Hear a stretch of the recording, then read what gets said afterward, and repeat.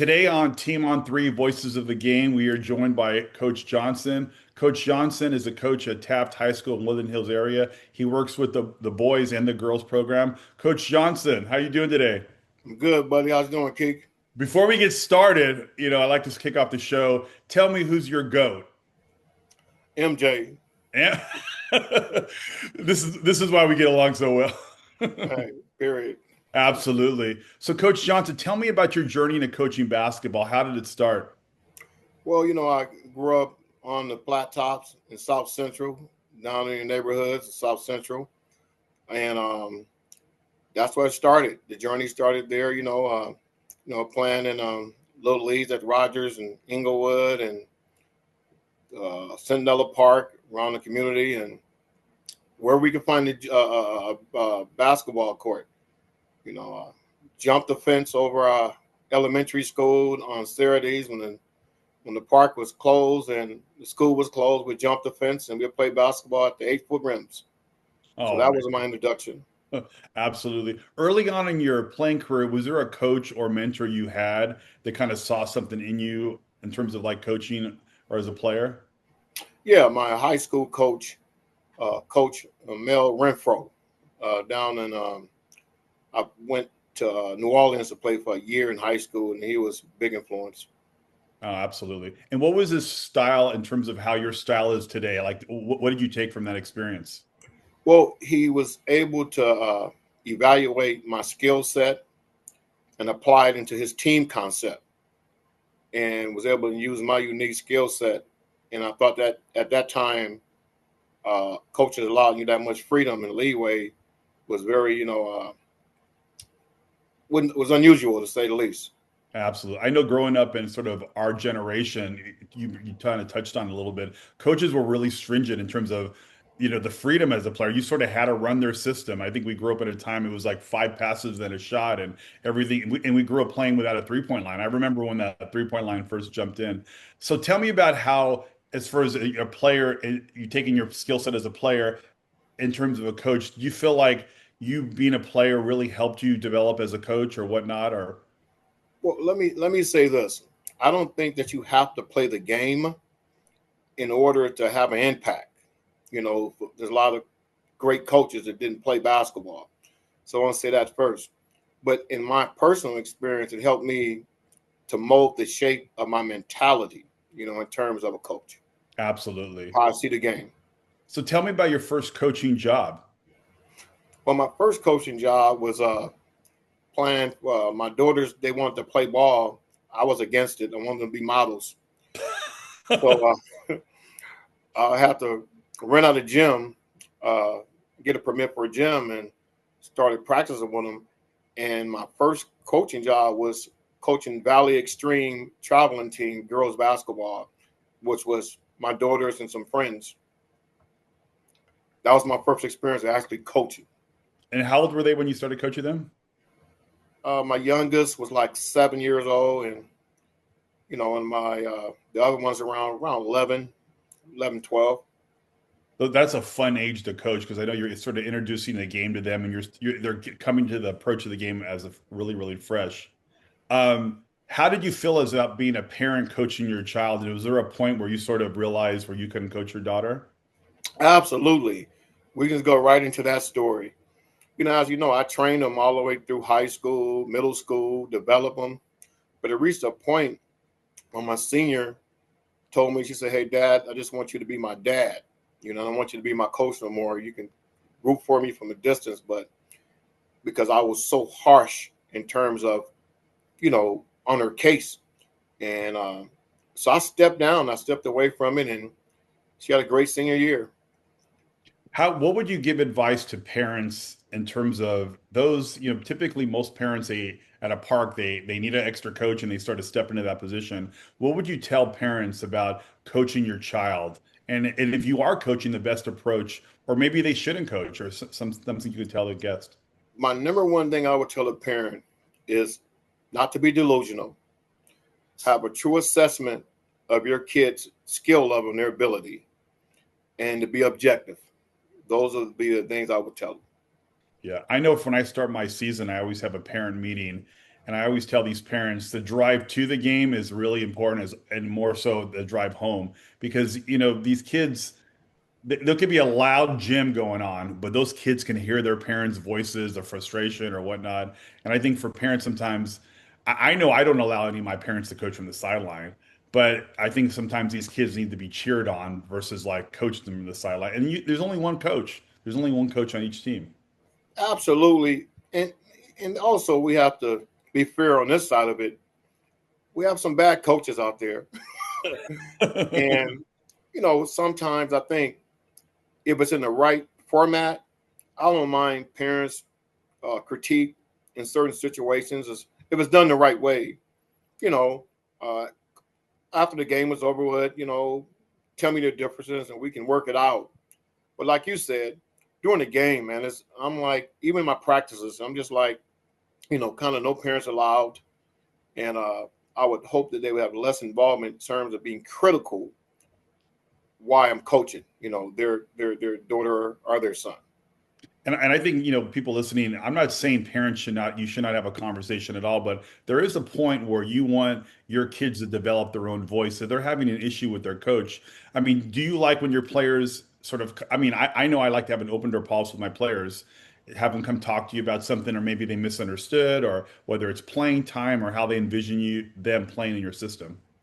Me and you are pretty much similar in our approach. We talk off camera, we're friends. So we have the same approach on that open dialogue always. Absolutely. Parents should be able to. I should be able to be approachable to any player, anytime that want to reach out to me and talk to me about anything, not just basketball related. Absolutely. I think it's really important once, Coach Darrell's coaches at a high school level is when those kids get to that point in life, empower them to ask those questions. Because I think after their playing career is so short, but, we are teaching more than just basketball here. We are teaching life skill, how to connect, how to work together. I mean, I've always felt it was a huge advantage, and I'm sure you felt the same way, is that being a part of a team really gave me a head up on people when I worked, when I had jobs where I've had a boss who was, he did wrestling, or he did a singles, a no teammate sport, and versus, I played multiple sports, and I feel like I've always been a good teammate and a good friend. Well, absolutely, I could testify to that. But also, I watch you. I've come to your games. I played with you. We played pickup together back in the day. So our philosophies are just pretty much identical. So in terms of how we approach the game and our coaching styles, and what I would say about you right off the top is what I like is the fact that your player development system, in terms of giving everybody an opportunity to play. And a lot of coaches, especially with traveling teams, they don't give that opportunity. So kudos to you on that. I really appreciate you saying that. I know for me, I think early on in my coaching career, I was really focused on winning like most coaches. But then as you get, you have success, and then you have the right success, then you have the wrong success. And in the end, it's about developing. It's about developing skills and transferable skills. I'm sending these players off to play for you. I eventually these coaches and trainers, you got to pass these kids off to another coach, and you better prepare them for how to be a teammate, how to run a system, how to run read and react, how to read a zone, how to play man. I mean, there's so many things that we have to teach these kids to get them ready, because in the end, they're just sort of passing through your program, and you have to develop them. Coach Johnson, I have a question for you. How do you develop leaders on your team? I mean, obviously, you want a team full of leaders, but sometimes it's easier for some than others. How do you develop leaders on your team? I think that's a really, really, I think the leadership is something that's kind of like inherited. You have it or you really don't. Yeah. But how I encourage it is to empower them, in certain situations, especially when they fail at something or don't do the drill right or have struggled with certain situations. I try to, take that negative and turn it into a positive to empower them, So that's kind of the way I build my leadership up with my players. And how do you deal with sort of like a difficult situation with your players? I know for me, sometimes you can see it ahead of time, but when you're dealing with a difficult situation with a player, how do you deal with that? Well, to me, it happens all the time. Pretty much when you coach in basketball, you're a coach. You're going to deal with personality conflicts, playing time, players think they're better than what they are, or are better than the other players. And what I normally do is I'll do a scrimmage. And if I have a disgruntled player that's complaining about they think they should get more time, or their parents, I would actually throw a scrimmage, and I would invite the parent there, and I'll put my best players that's in question against the player that's think they should have more playing time, and that way that answers all the questions. It normally works for me when I do it that way. Absolutely. I don't think parents understand that, there are positions in a game. So, not everyone can play point guard, not everyone can play center. I mean, in a perfect world, everyone could just sort of, you can sub them in and out and they'd fall into place, but you actually have to have a point guard on your team. And not everyone has that skill set to sort of, make a decision making, set up a team. And you're right, every team, leadership, it comes over a period of time. Do you like in practice, like you said, you like to maybe have a scrimmage and show these parents how do you deal with like in real time issues when there's maybe a tantrum from a player or someone that's not listening? How do you deal with that? Well, first of all, what I'll do is, I'll if we're in a game, I'll call the timeout as soon as I can, and I would, if I can talk to the player and they're not demonstrative or combative, then I can kind of call a timeout, talk to them on the side, maybe call a 30-second. And if that don't work, then I'll bench him until, cooler heads prevail. I know for me, I have like a 48-hour rule. I don't have parents talk to me after a game for 48 hours. Do you have some sort of program in place where obviously a difficult practice or a game or whatnot?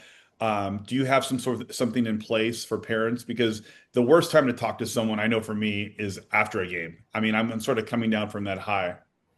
Yeah, to me, I don't really like to conversate with anybody but my team after a game, and I need some space, maybe a day but if it's really urgent, you know what I mean, I'm accessible, email, text, number, I don't have a problem with that.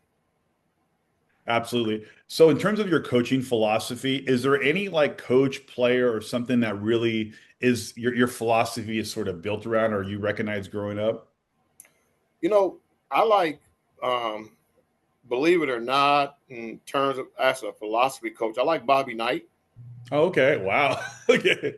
I think that just his coaching along, his mentality, his how he sees the game, um, and also John Wooden. But Okay. there's a blend with them. You could say Bobby Knight's the bad boy, and then John Wooden is the scholar.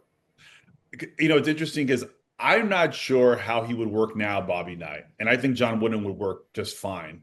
But I don't know Bobby Knight in this current culture how he would succeed. How do you think Bobby Knight would succeed now in this I current think culture? I think he would do well, but I think he would adjust. I think he was smart enough to be able to adjust to the climate. I think he would adjust. You know what I mean?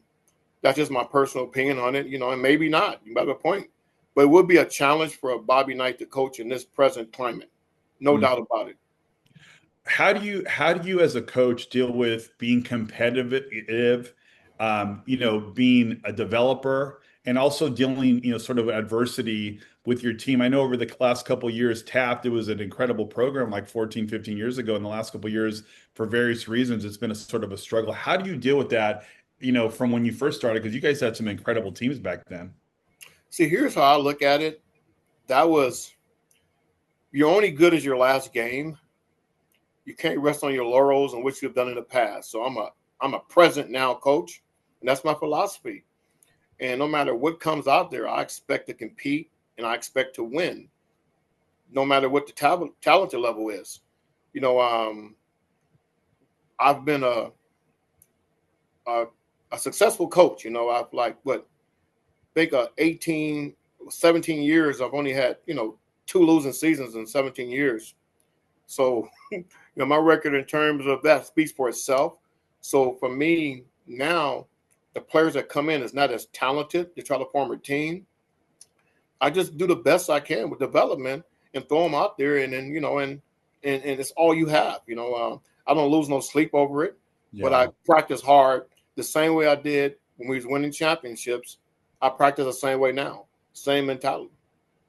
Absolutely. You do a great job. What would your players say about you as a coach? Wow, all depends on who you ask.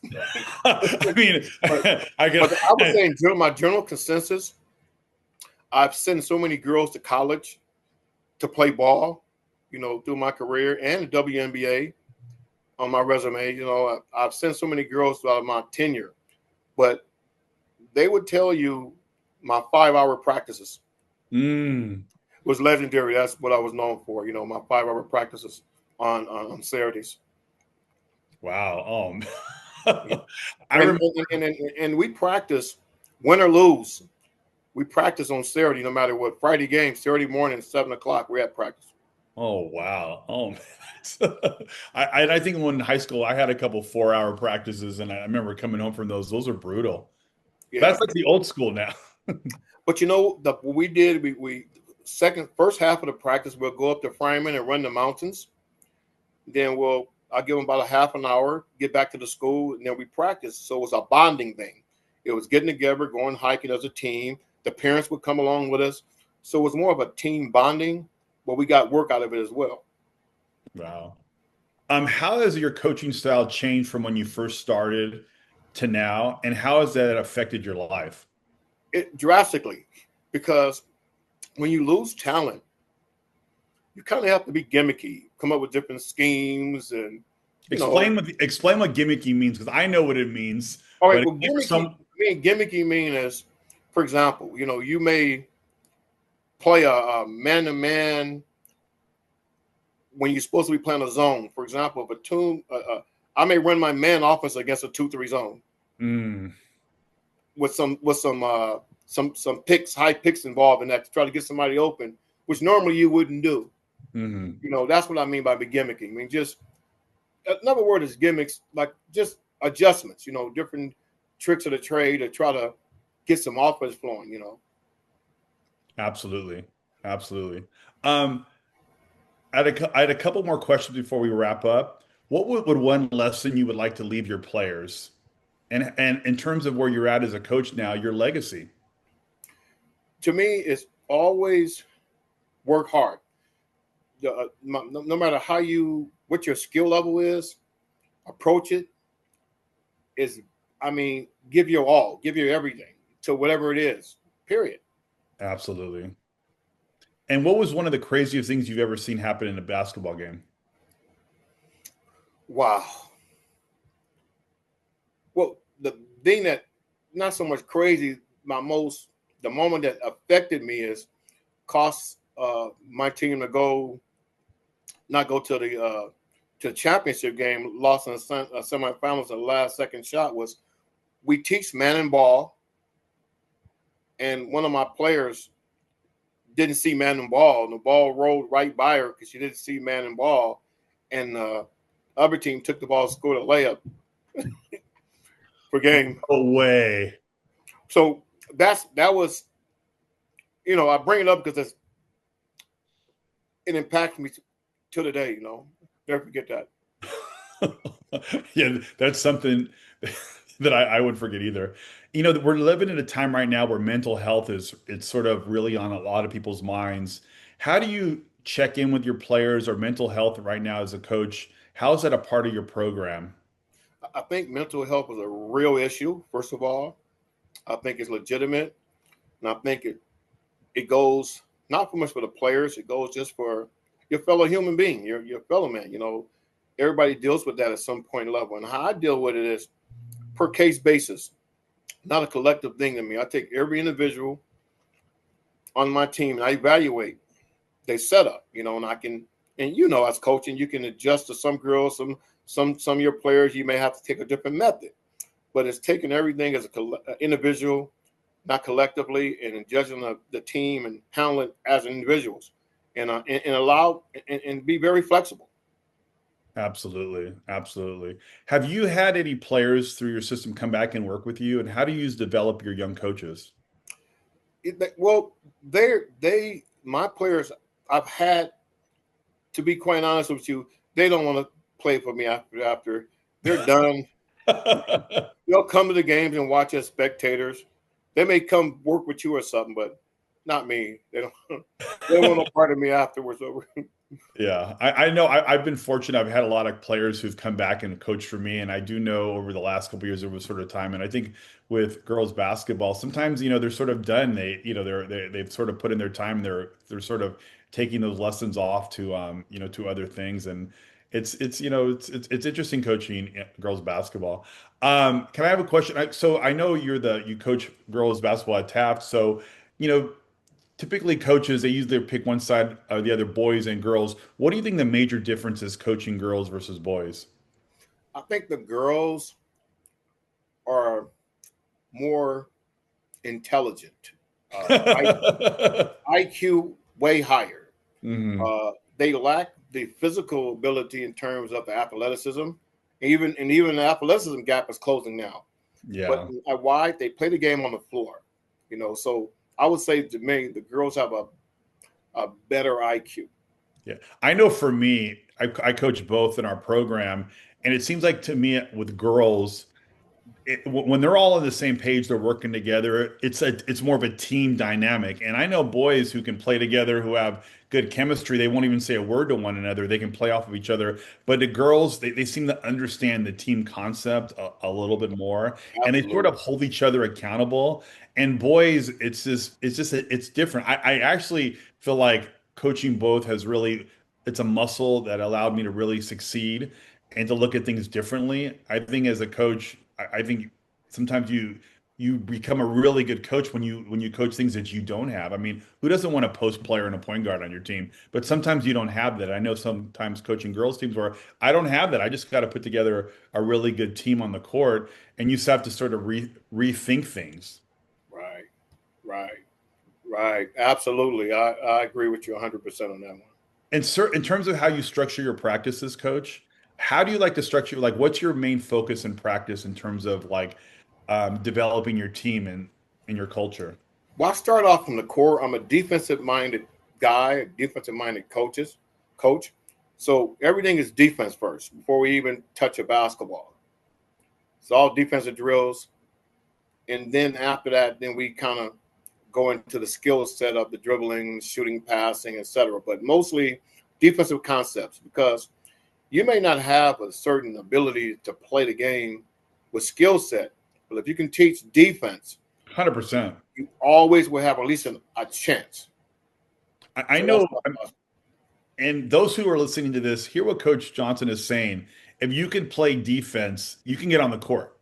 I mean, because you can be on the court and be a really good defender, effort, every loose ball, jump ball, be active on there. In the end, obviously, you got to get stops. You have to stop the other team from scoring more points than you. But if you have a defensive minded player, maybe these are like players who maybe not have the most developed game on the offensive end. But if you can play defense, you can get on the court. absolutely huge in any game, especially the girls' game, because their skill development set is a little bit different. Mhm. Coach Johnson, what advice would you give to someone first starting out in coaching? You know what? I would tell them patience, patience, patience, patience. And that's it in a nutshell. Patience. Yeah. You have to have patience. Without it, and not so much in coaching, without it, you really even in life, it'll be hard. But especially in coaching, dealing with girls basketball, youth, etc., you got to have patience. How do you think, I mean, I was going to ask you about in terms of social media and your culture and your program. Is your program, are you guys involved with social media? How do you see how it has affected maybe your coaching or your team's environment? Absolutely. I've I've taken it and kind of turned it into a positive because it could be a negative in terms of distractions. You know, but everything has its place. So I kind of use it now as an asset tool for me, uh, not a liability, but you have to keep an eye on it. Absolutely, of course. Um, Coach Johnson, let me know, when did coaching, because I mean, I feel like when I'm talking to you, like when did you knew it was your calling? I mean, because I'm sure you didn't think you'd be coaching at Taft for 17, 18 years, you said? Uh, 18. 18 years. Wow. 18. I mean, obviously, this is a calling. When did you know?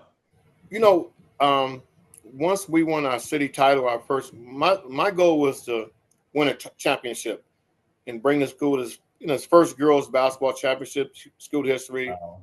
That's what I wanted to do. That was my single goal, and to develop my daughters for college and help, the team out. But once my daughters went on to college, I saw a lot of other girls that would never have an opportunity to play with their skill level. So that was my calling, to stay to help the underserved girls that just want to play and be a part of a team, but don't have the skill set or the ability to do so.